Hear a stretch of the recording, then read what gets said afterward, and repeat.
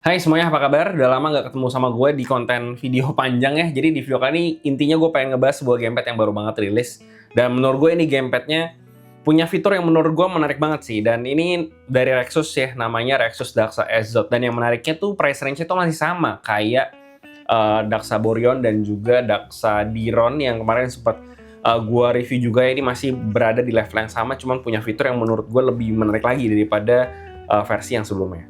Meskipun sekarang kalian bisa lihat di e-commerce kayak Diron sama Borion itu harganya udah lumayan turun ya dibanding harga pas baru rilisnya gitu. Terus Rexus juga ngerilis si charging docknya, dia tuh harganya di 79.000 dan sayangnya dia nggak include sama paket pembeliannya, jadi belinya tuh terpisah. Dan nanti kayak biasa linknya akan gue taruh di bawah. Dan ya secara desain kurang lebih kayak begini ya.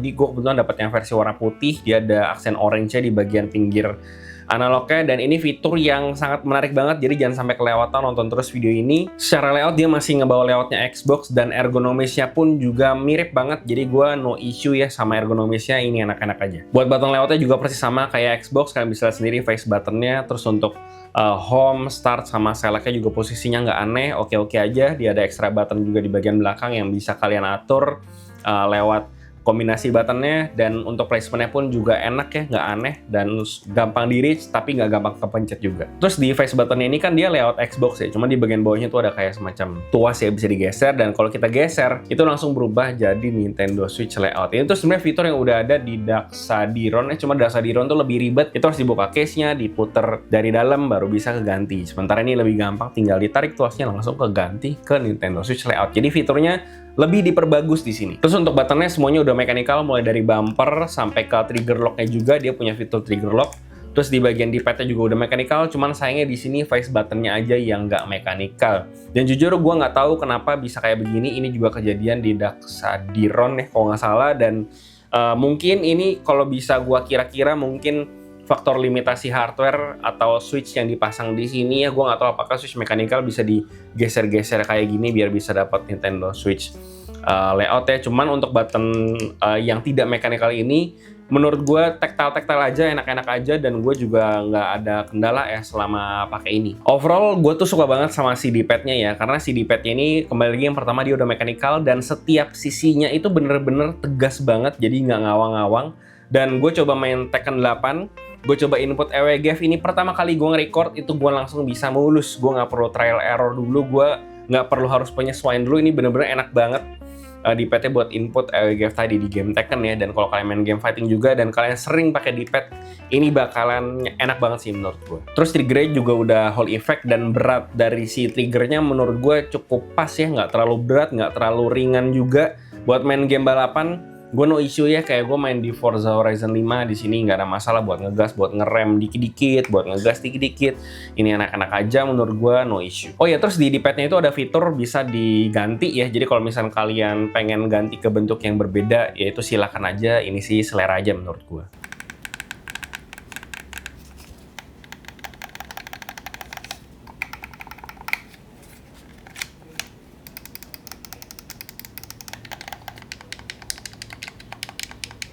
Terus untuk analognya dia itu udah pakai TMR, gue nggak perlu jelasin lagi TMR itu apaan. Intinya klaimnya ini lebih bagus, lebih akurat, lebih durable daripada Hall effect. Dan untuk circularity-nya sendiri, untuk bawaannya dia bentuknya bulat ya, dan kalian bisa lihat bentuk bulatnya ini cukup sempurna di 0, sekian% doang. Dan kalau kalian lebih suka bentuknya kotak, si analognya itu juga bisa kalian ganti lewat shortcutnya. Dan bulat-bulat di bawah analognya ini tuh salah satu fitur yang gue bener-bener suka banget. Ini tuh fitur pertama kali gue temuin ada di Vader 4 Pro ya. Itu di gamepad di sekitar sejutaan, dan ini fitur diimplementasi di EZOT ini. Dan ini tuh fiturnya fungsinya tuh untuk ngeganti tension dari si analognya. Jadi kita bisa bikin analognya itu bisa lebih ringan atau lebih berat dengan puter si tension adjuster ini aja gitu. Terus di ringnya ini tuh ada indikatornya jelas, ada minimum maksimumnya. Terus kalau misalnya kita puter juga ada resistansinya, ada suaranya gitu, satisfying banget menurut gue.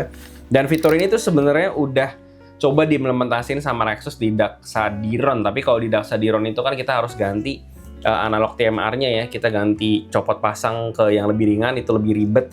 Kalau pakai fitur ring kayak gini bener-bener gampang banget, tinggal diputer doang, nggak perlu ganti analognya. Jadi ini fitur yang gue suka banget dan bakal kepake kalau kalian pengen nge-adjust si tension analognya. Oh ya, terus buat semua settingannya tuh dia nggak perlu software, semuanya tuh diatur lewat semua shortcut yang ada di buku manualnya. Buat ngatur dead zone, buat ganti circularity-nya, buat ganti mode X input, D input, dan segala macamnya sampai ke vibration, gyro itu semuanya tuh bisa diatur lewat kombinasi buttonnya dan ada di buku manualnya. Jadi jangan sampai nggak baca buku manualnya. Nah buat gyronya tuh dia juga bisa. Gue coba di Stellar Blade sih, ini gyronya enak-enak aja ya movementnya. Jujur gue nggak gitu familiar sama gyro. Biasanya tuh gue pakai gyro di game-game Nintendo Switch kayak Zelda atau Mario gitu ya. Bukan buat game kompetitif, jadi buat yang casual-casual aja kayak gue, ini bakal enak-enak aja sih. Dan gue nggak tahu standarnya buat game kompetitif itu enaknya kayak apa. Yang jelas di Steam sendiri settingan gyronya itu kebuka ya, dan gue saranin buat nge-unlock settingan gyro di Steam, kalian rubah inputnya ke Nintendo Switch input. Karena di X input itu kan emang native-nya nggak ada fitur gyro.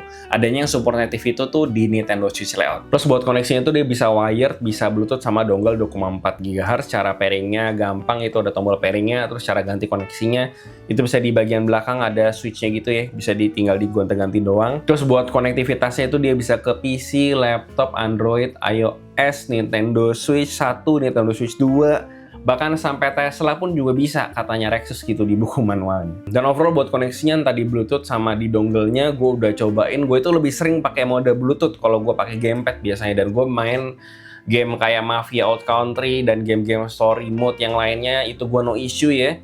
Dan untuk kalian yang pengen main game kompetitif kan bisa pakai mode dongle-nya, karena mode dongle-nya tuh support 1000 Hz dan di wire-nya juga sama di 1000 Hz. Untuk Bluetooth-nya tuh dia di 125 Hz. Dan buat delay-nya sendiri kan bisa lihat sendiri. Untuk mode dongle-nya kurang lebih segini, mirip sama mode wire-nya dan Bluetooth-nya segini. Terus buat baterainya itu dia di 1200 mAh ya, dan kalau nggak salah pas dari gamepad ini nyampe, kalau nggak salah hari Jumat minggu lalu ya, atau beberapa hari yang lalu Pak lah pokoknya. Dan ini baterai masih belum bisa ngecas sama sekali, dan karena gue kebetulan dapat charging dock-nya, jadi tiap kali gue kelar main gue taruh di situ. Jadi ya ini gue belum tahu kapan kira-kira habisnya. Cuman kalau misalnya ada charging dock, tinggal taruh kalau kelar main udah. Dan dia tuh ada fitur overcharge protection-nya gitu ya. Jadi kalau misalkan kalian tinggalin semalaman atau berhari-hari, itu tuh nggak bakal bikin baterainya bocor menurut Rexus. Buat kesimpulannya, satu fitur yang gue suka banget dari Daxa Exot ini tentu aja adalah tension adjuster-nya ya. Karena kita bisa dengan bebas ngeganti tension dari analognya, nggak perlu cabut analognya, nggak perlu dibuka casingnya, dibautin dari dalam gitu, nggak perlu ya. Ini tinggal dari luar doang diputer, udah bisa diganti. Dan ini fitur yang benar-benar enak banget menurut gue. Nih sering banget gue pakai tergantung game apa yang gue mainin gitu ya. Terus selain itu face button swap-nya ini juga enak ya kalau kalian punya Nintendo Switch dan juga PC barengan, kalian pengen gonta-ganti device gitu, tinggal puter ini doang, tinggal digeser langsung ganti ke konsol apa yang pengen kalian mainin. Harganya menurut gue fine kalau kita ngebandinginnya tuh antara si Exot ini sama pas awal rilisnya Burion sama Diron, karena harganya tuh lumayan sama pas ketika mereka awal rilis. Ditambah lagi ini fiturnya bisa dibilang lebih refine dan ditambahin juga daripada versi yang sebelumnya. Jadi harganya menurut gue masih make sense sih. Yang gue sayangkan dari gamepad ini tuh cuman face buttonnya aja yang dia belum micro switch atau belum mechanical gitu. Dan kalau misalkan ini dia mechanical juga, ini bakalan jauh lebih mantap. Meskipun sebenarnya face button yang kayak gini pun juga nggak masalah ya, enak-enak aja kan, dan tactile aja gitu. Gue juga nggak tahu apakah ini ada limitasi dari sisi hardware juga, apakah micro switch nggak bisa di pair sama fitur button swapping kayak gini. Gue juga kurang tahu, tapi kalau misalnya ngelihat seperti ini, karena gue sempat lihat juga di gamepad yang lain yang ada fitur button swapping ini juga, dia nggak mechanical bagian si face buttonnya ya setahu gue, atau gue mungkin belum nemu lagi yang mechanical dan bisa di face swapping kayak gini gampang ya, pakai tuas begini, bukan dicabut-cabut ya. Dan ya menurut gue gamepad ini cocok buat kalian yang punya PC sama Nintendo Switch, karena fitur button swappingnya tadi bener-bener gampang banget kalau kalian mau pakai gamepad ini di multi platform seperti itu. Apalagi PC sama Nintendo Switch, ini bakalan enak menurut gue gonta-gantinya. Dan ya fitur-fiturnya semuanya make sense buat harga segini, ergonomisnya juga oke. Build-nya juga fine-fine aja, desainnya nggak norak. Dan ya gue rasa itu aja sih yang bisa gue bahas soal Rexus Daxa Exot ini ya. Seperti biasa, kasih tau gimana pendapat kalian di bawah, like dan share jika bermanfaat. Follow semua sosial media kami di IG, TikTok, semuanya ada di deskripsi. Link beli juga ada di deskripsi. Dan yang terakhir jangan lupa buat subscribe gue dari Kenang Tadi. Sampai jumpa di video berikutnya.